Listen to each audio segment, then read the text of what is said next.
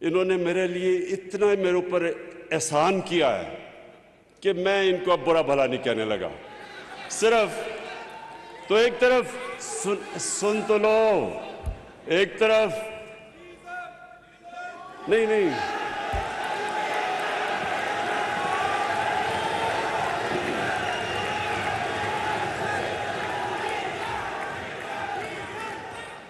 मैं सबको अब जरा सुने तो ले, मुझे इनका शुक्रिया तो अदा करने दें। इन्होंने मेरी सारी पार्टी को खड़ा कर दिया, इन्होंने महंगाई भुला दी है, मेरे सारे हलकों से आवाजें आनी शुरू हो गई हैं, सारे इस्लामाबाद का रुख कर रहे हैं 27 तारीख को। इसलिए मुझे इनका शुक्रिया अदा करने दें प्लीज। पहले मैं ओवरसीज पाकिस्तानी आपके पास आने लगा हूं, पहले मैं जरा शुक्रिया अदा करूं ना इनका। जैसे ही लोगों ने देखा कि ये तीन शक्लें, एक तरफ फजलुर रहमान,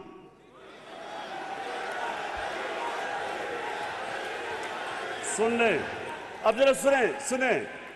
अच्छा, मैं सोच रहा था कि 10 दिनों में एकदम ये मुल्क बदल कैसे गया है। मैंने बड़ा रात को सोचा, मैंने कहा ये हुआ क्या है कि एकदम सारी मेरी पार्टी खड़ी हो गई, सारा मुल्क सब कुछ महंगाई भूल गया है। फिर मैंने जब गौर किया तो अब देखें हुआ क्या है। करना तो सब अल्लाह का है, एक प्लान इंसान बनाता है, दूसरा अल्लाह बनाता है, सब जानते हैं कामयाब एक ही होता है। तो इन्होंने तो अब ये जब तीन इकट्ठे हुए, थ्री स्टूजेस, तो जो नून लीग है, नवाज शरीफ के लोगों को इन्होंने 20 साल ये बताया कि जरदारी से करप्ट आदमी पाकिस्तान में कोई नहीं है। 2 दफा उसे जेल में डाला। उधर जरदारी ने पीपल्स पार्टी को यह बताया कि नवाज शरीफ से करप्ट आदमी कोई नहीं है। उसके ऊपर हुदैबा पेपर मिल का केस बनाया। वो क्या था कि यहां से मनी लॉन्ड्रिंग करके, चोरी करके पैसा बाहर लेके जाते थे, उधर फेक अकाउंट से वापस पैसा लेके आते थे। ये केस था, ये जरदारी ने इसके ऊपर बनाया था शरीफों पे। और फजलुर रहमान को डीजल नून लीग ने शुरू किया था कहना।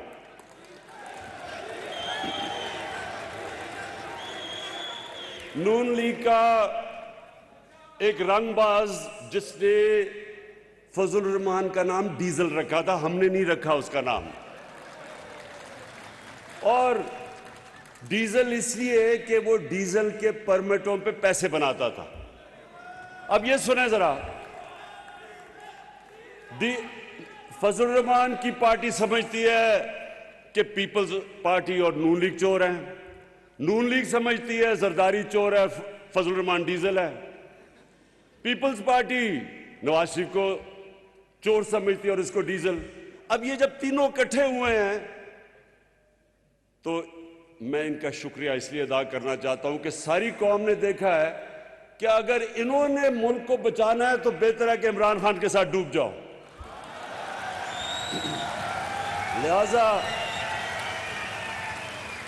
लिहाजा बहुत बहुत शुक्रिया। और एक मिनट, अभी नारे नहीं लगाना क्योंकि बड़ा जरूरी है, मैं आपसे बातचीत कर लूं क्योंकि मैं अपने ओवरसीज पाकिस्तानीज के ऊपर बात करना चाहता हूं। देखिए, ये अल्लाह का खास करम हुआ है इस मुल्क पे कि ये तीनों इकट्ठे हो गए और इन्होंने फैसला किया अदम एतमाद की तहरीक करने का, वो मेरे खिलाफ वो करने का। तो मैंने उस दिन, आप यकीन करें, मैंने अल्लाह से 2 नफल मांग के शुक्रिया अदा किया। इसलिए एक मिनट, अभी वही शोर नहीं, मैंने इसलिए किया कि मैं तंग आ गया था। 3.5 साल जब से हुकूमत आई है, कल हुकूमत गई, परसों हुकूमत गई, आज गई, नाहिल है, सिलेक्टेड है। तो अब जो ये तीनों इकट्ठे होके इन्होंने जो किया है, ये अब कप्तान की जो ये बंदूक की निशिस्त है ना, ये तीनों उसके बीच में आ गए हैं।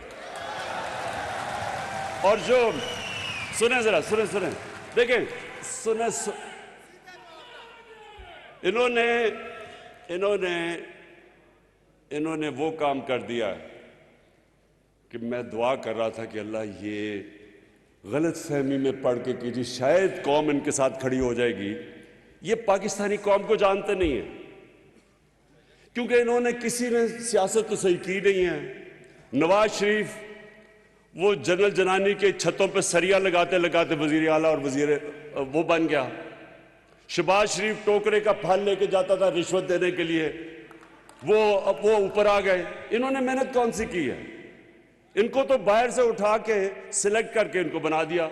जरदारी ने एक जाली पर्चा दिखा के वो बन गया। इन्होंने मेहनत कब की है?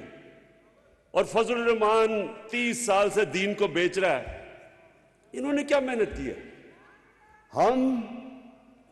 ये अभी आपने पूरी फिल्म देखी, एक पार्टी ने ग्रास रूट से खड़े होकर थोड़े से लोगों के कैंपेन करके अवाम में जाके मेहनत करके मारे खा के मुश्किलें देख के हम यहां पहुंचे हैं। ये कभी भी हमारा मुकाबला नहीं कर सकते।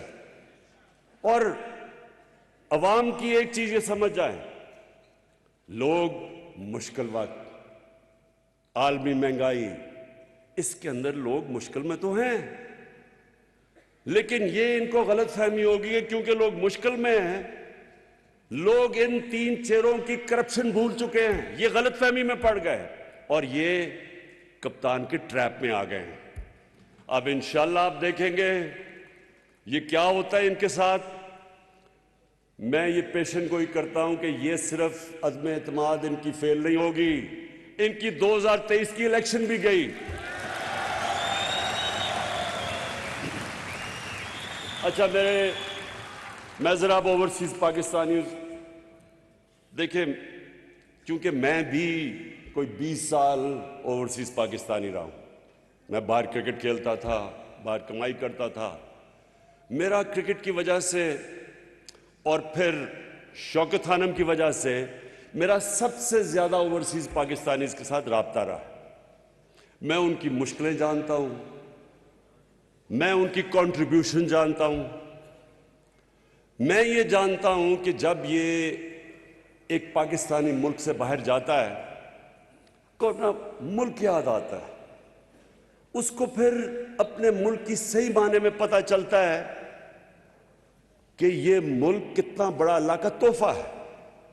फिर वो अंदर से उसको तकलीफ होती है कि हमारा मुल्क क्यों नहीं ऊपर जाता, दुनिया ऊपर जा रही है, हमारा मुल्क क्यों पीछे रह गया। उसको दर्द होती है इसकी। वो जब देखता है कि हमारे लीडर चोरी कर कर के पैसा लंदन में बड़े बड़े महलात लेते हैं, उसको ज्यादा तकलीफ होती है, क्योंकि उसने मेहनत से पैसा कमाया होता है। उन्होंने 12-12 घंटे काम किए होते हैं जब बाहर जाके कि अपने बीवी बच्चों का पेट पाले, उनको अच्छे स्कूलों में पढ़ाए, उनकी तालीम दे। इसलिए वो जब देखते हैं कि लंदन के सबसे महंगे इलाके में, मेफेयर में, जब यहां से चोरी करके पैसा वहां लेके जाते हैं, बड़े बड़े महलों में रहते हैं, बड़ी बड़ी गाड़ियां चलाते हैं, कैसीनोज में रात को ये भरे हुए होते हैं, जुआ खेलते हैं, तकलीफ होती है। वो मेहनत करते हैं, ये अपने मुल्क का चोरी का पैसा बाहर लेके जाते हैं। हमारे बैरून मुल्क पाकिस्तानी वहां से कमाई करके पाकिस्तान पैसा भेजते हैं, जिसकी अभी असद उमर ने आपको बताया कि रिकॉर्ड रेमिटेंसेस आई हैं हमारे दौर में, और उसके ऊपर हमारा मुल्क चल रहा है। तो ये वहां मेहनत करके पैसा पाकिस्तान लाए, वो यहां से चोरी करके मनी लॉन्ड्रिंग करके पैसा बाहर लेके जाएं और याशी करें वहां, ये और इनके बच्चे। इनको तकलीफ होती है। हमारे वो मेहनत कश पाकिस्तानी वो जब देखते हैं, एक तकलीफ ये होती है कि चोरी के पैसे में याशी कर रहे हैं, दूसरी तकलीफ ये होती है कि ये मुल्क को बदनाम कर रहे हैं, क्योंकि जब ये बाहर जाते हैं और ये बाहर महलों में रहते हैं तो सारे उनकी हुकूमत के लोगों को, उनके वजीर आजम को, सबको पता होता है कि इनके पैसे किधर किधर पड़े हैं और कितना चोरी का पैसा इनके पास है।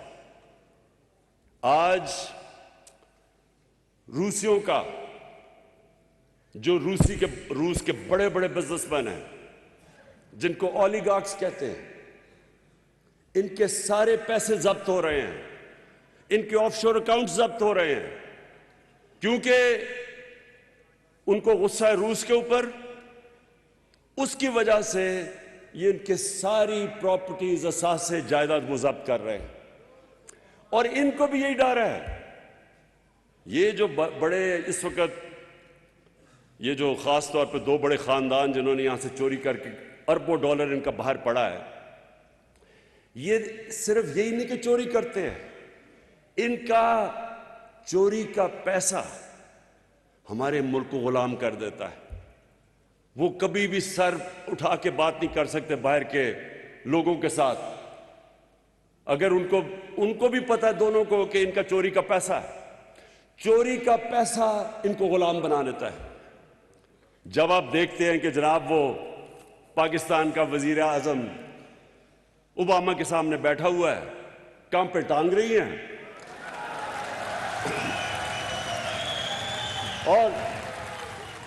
और जी के नाराज ना हो जाए, वो मेरे मुंह से कोई गलत ना निकल जाए। और गलत क्या निकले कि वो ओबामा को मिसेस ओबामा कह देता है गलती में, घबरा के।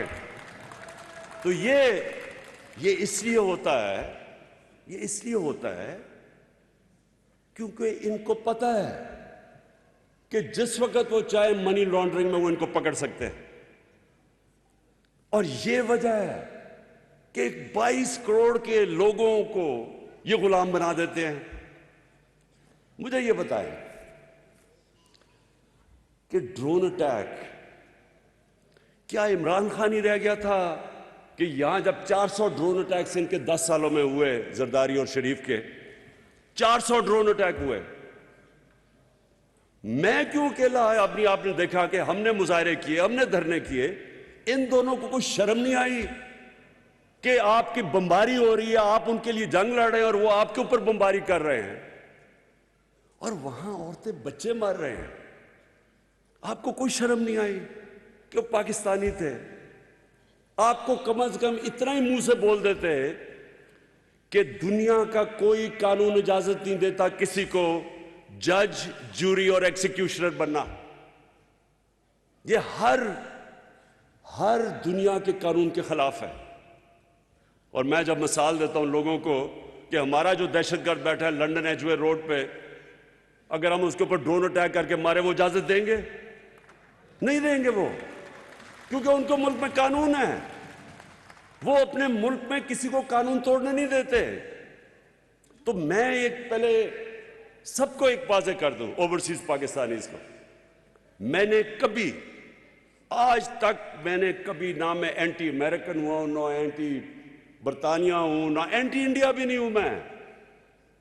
वो तो कोई जाहिल आदमी हो जो एक पूरे मुल्क के खिलाफ हो जाए, उससे तो बेवकूफ आदमी नहीं हो सकता, क्योंकि हर किस्म के लोग बसते हैं मुल्क के अंदर। आप एक मुल्क के एंटी कैसे हो सकते हैं? आप उनकी पॉलिसीज के एंटी हो सकते हैं। अमेरिका की वॉर ऑन टेरर के मैं पहले दिन से खिलाफ था, मैं हमेशा खिलाफ रहूंगा। मैं